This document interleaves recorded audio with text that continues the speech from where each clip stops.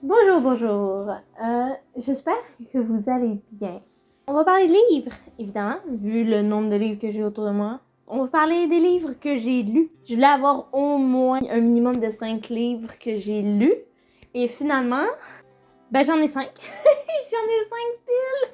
J'aime beaucoup les vidéos de lecture, des vidéos de livres où les gens parlent de ce qu'ils ont lu, qu'est-ce qu'ils en ont pensé. Puis moi, j'aime beaucoup ça. Dans les 5 livres que j'ai à présenter, ce sont tous des romans. Je vais commencer en ordre de lecture, même s'il y en a que je me rappelle plus trop c'est quoi l'ordre de lecture. Celui-là, j'en ai déjà parlé dans mon vlog à Shawinigan de ce livre-là. C'est Et ils meurent tous les deux à la fin. Ce livre-là. Ok, j'en avais entendu parler par une youtubeuse française. Ça faisait longtemps que j'en avais entendu parler puis que je voulais lire. Le titre spoil ce qui se passe à la fin. Effectivement, les deux meurent à la fin. Même au début du livre, t'es spoilé sur le fait qu'ils vont mourir, mais tu sais pas comment ils vont mourir puis dans quelles circonstances ils vont mourir. C'est ça que je voulais savoir, c'est ça que je voulais comprendre. Maintenant, ça se passe maintenant aux États-Unis. Il y a quelque chose de différent. Tu peux te faire appeler par une entreprise qui s'appelle Deathcast. Excusez-moi mon anglais, ok? Ça s'appelle Deathcast, qui t'appelle pour te dire que tu vas mourir dans les prochaines 24 heures. La plupart du temps, ils t'appellent à minuit, d'après ce que j'ai compris. Les deux personnages principaux, qui sont Matteo et Rufus, ils se font appeler à minuit pour se faire dire qu'ils vont mourir dans les prochaines 24 heures. Et ici, ils ont 24 heures pour vivre leurs dernières heures. Il existe aussi une application qui vient avec un peu le système de Deathcast. L'application s'appelle Un dernier ami. Le dernier ami, c'est ça, le dernier ami. Donc c'est une application un peu de rencontre, mais pour justement ceux qui vont mourir, pour avoir un dernier ami pour leur dernier jour de vie. Et c'est comme ça que Rufus et Matteo se rencontrent. Tout le long du livre, on les suit. C'est triste. C'est vraiment, pour moi, personnellement, j'ai trouvé ça triste. Je veux pas rien dire pour spoiler, là. Les deux meurent, puis dans les circonstances qui sont leur vie à ce moment-là, au moment où ils meurent, ça m'a pris énormément de temps le finir et je pensais énormément m'attacher parce qu'il y a beaucoup de gens qui disent que c'est comme le meilleur livre. Ben, pas le meilleur livre, mais comme un très bon livre. Personnellement, oui, j'ai aimé. La fin m'a déçue. La fin m'a déçue. Je m'attendais pas à ce qu'il meure comme ça. C'est con, là, mais je pensais pas qu'il allait mourir comme ça. Genre, moi, je suis déçue de leur mort. Tout à fait logique. Il y a comme la morale du fait que faut que tu profites de la vie jusqu'au dernier instant, jusqu'à la dernière minute. Faut profiter de la vie. Ben, tu veux pas mourir avec des regrets. Ce livre-là, j'ai bien aimé. Je l'ai trouvé bon. Mais il m'a un peu déçu. Mais je l'ai trouvé bon. Ensuite, en deuxième, après ce livre-là, j'ai lu Premier rendez-vous, que j'ai aussi parlé dans mon vlog à Shawinigan, au début du vlog. Finalement, j'ai jamais lu à Shawinigan. C'est une histoire, vraiment, c'est le tome 2, fait que je vais vous expliquer un peu la base du tome 1. C'est deux meilleurs amis, Azalée et Théo. Théo est gay, Azalée aime les garçons. Théo, au début, a peur de dire qu'il est gay. Azalée veut absolument un chum parce qu'elle veut aller au bal du printemps, je pense, je me rappelle plus c'est le nom du bal, mais il y a un bal qui est organisé par leur école pour comme la fin de l'année.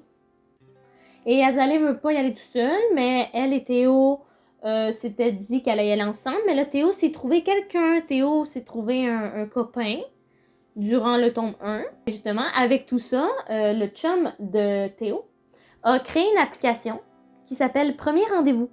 Avec tout ça, on suit l'histoire de Théo et Azalée dans leur vie. Azalée qui essaie de trouver un chum, puis Théo qui essaie de trouver un chum, puis que là, ben, tu sais, nanana. En tout cas, c'est ça. Le tome 2, ben, j'ai bien aimé. C'est facile à lire. C'est le genre de petite lecture que comme tu prends après un gros livre. Là. Tu lis ce livre-là après, puis c'est tellement relax. Tellement relax. C'est pour ça que je lis du jeunesse. J'aime ça le fait que ça se lit vite. Vraiment. Quand je lis du jeunesse, mon but, c'est de lire mon livre vite.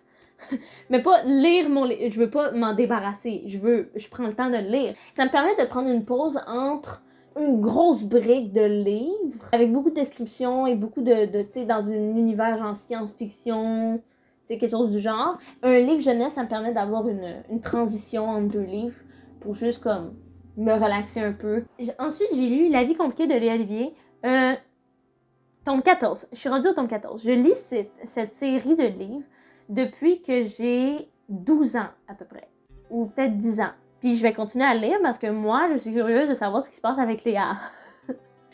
Pour ceux qui ne savent pas, Léa Olivier, c'est l'histoire de Léa Olivier. Elle habite à Sainte-Marie, je pense. Un petit village lointain, là, vraiment très loin de Montréal. Et justement, elle déménage à Montréal. Donc, elle quitte sa meilleure amie, elle quitte son chum, elle quitte tout le monde du petit village qu'elle était pour aller dans la grande ville de Montréal. Léa, c'est une fille perdue. À ses 14 ans, elle doit aller à Montréal avec son frère et ses parents. Puis elle apprend à connaître Montréal. Elle apprend à connaître des gens à sa nouvelle école et elle se fait des amis, comme elle se fait des amis. Puis avec tout ça, on suit la vie de Léa. Le tome 14, j'ai eu un down à m'emmener de lire les Léa Olivier parce que dans le tome 13.1 et 13.2, on a Léa Olivier qui fait son bal de finissant. Je vais pas vous spoiler rien, là, il est littéralement sur la couverture du livre. Elle fait son bal de finissant, mais ils ont décidé de mettre la COVID. L'auteur, ce qui m'a déçu vraiment beaucoup, a décidé de mettre la COVID dans son roman. De mettre la réalité des jeunes au secondaire qui n'ont pas eu leur bal. Et c'est drôle parce que moi non plus, j'ai 19 ans actuellement et quand la COVID est arrivée, moi j'étais à la promotion 2020 au secondaire. Alors j'ai pas eu de bal non plus. Puis moi ça m'a fait de la peine de pas avoir de bal et de voir lire Léa Olivier qui a comme un semi-bal virtuel alors que moi j'ai rien eu pantoute. Ça me tentait pas trop. J'ai eu un gros down là-dessus, puis je l'ai lu, mais genre, j'étais comme amère sur le tome 13, vraiment. Puis après, j'ai lu le 13.2, il était moins pire. Puis après, j'ai lu le tome 14, celui-là. Celui-là, on parle plus de balles. Il y a plus de COVID. Fait que là, je suis contente. Mais le fait qu'elle ait mis la COVID dedans, ça m'a juste un peu déprimée. Fait que j'ai été un peu plus éloignée au tome 13. Mais je continue à suivre la série. Je suis un peu en retard, là. D'habitude, je suis vraiment à jour sur les Léa Olivier. Mais là, non, je ne suis plus à jour à cause de ce down-là. Mais là, il m'en reste un à lire. Puis, je vais être à jour sur à peu près tout. J'ai bien aimé tome 14. Ensuite, après avoir lu Léa Olivier, j'ai commencé la série, la trilogie Pulsation. C'est un livre à Félix. Il l'a lu quand il était plus jeune. Puis moi, j'ai regardé sa bibliothèque, puis dans sa bibliothèque, il y a genre plein de livres, puis je suis revenue avec genre une douzaine de livres chez nous qui attendent d'être lus parce que ces livres-là m'intéressaient. Et là-dedans, j'ai commencé par Pulsation. C'est l'histoire de Faith Daniels.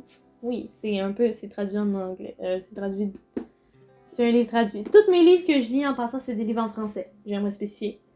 Je ne lis pas de livres en anglais. Aucun. Je lis juste en français.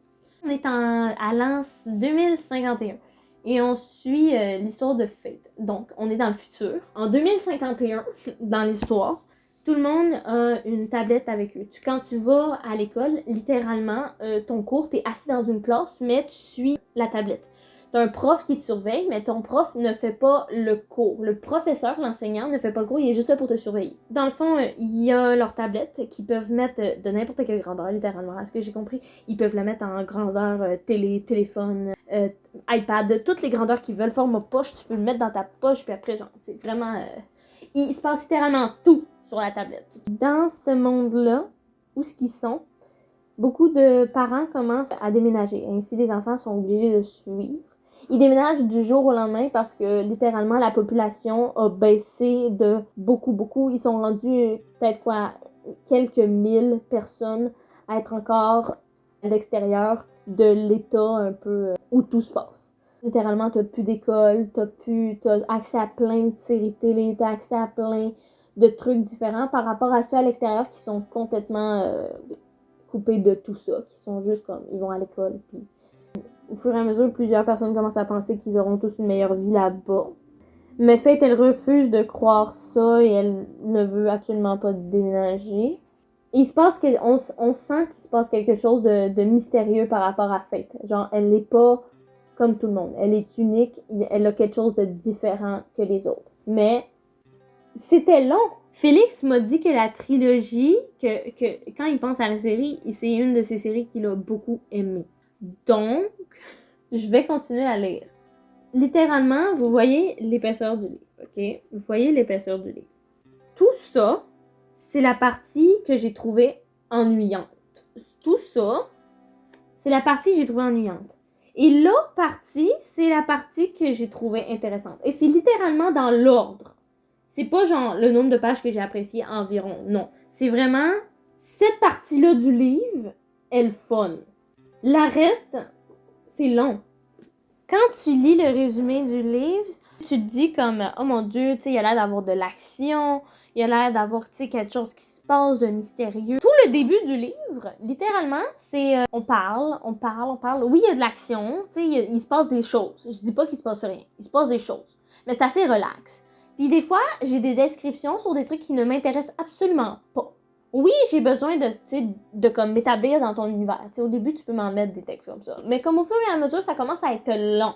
Ça commence à être long de vouloir s'incruster puis d'être vraiment passionné dans le livre. J'avais hâte de le finir, le livre, parce que c'était long. C'était long à lire. C'était long. L'histoire, j'avais l'impression qu'elle avançait pas. Puis rendu aux 3/4 du livre, là, ça a commencé à avancer. Et là, j'ai senti que c'était une histoire qui allait être cool. Puis là, j'ai hâte de lire le tome 2. Mais avant, j'avais pas hâte. Pas du tout. Pas du tout. Tout le début du livre, là, c'était long. Puis je me disais, c'est quand ça va arriver. Ah, puis aussi, il y a une petite romance dedans. Dans ce livre-là, il y a une petite romance. Je vous le dis tout de suite. Moi, elle m'a déçue. C'est cliché. C'était cliché comment ils ont marché ça. Puis du jour au lendemain, la personne décide de l'aimer. Excuse-moi, là. D'où tu l'aimes? Genre, en aucun cas dans le livre, tu vois qu'il aime la personne, qu'il aime Faith. Pourquoi tout d'un coup, il l'aime du jour au lendemain? Genre, en aucun cas, il le dit, en aucun cas, il a fait un geste pour, en aucun cas, on dit, il a des sentiments pour elle. Puis là, pouf, du jour au lendemain, je l'aime. Je l'ai pas compris, celle-là. Je l'ai pas compris. Et j'aimerais la comprendre, mais je l'ai pas compris. Vraiment.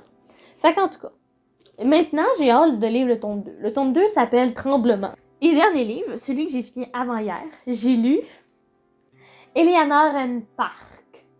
Ok.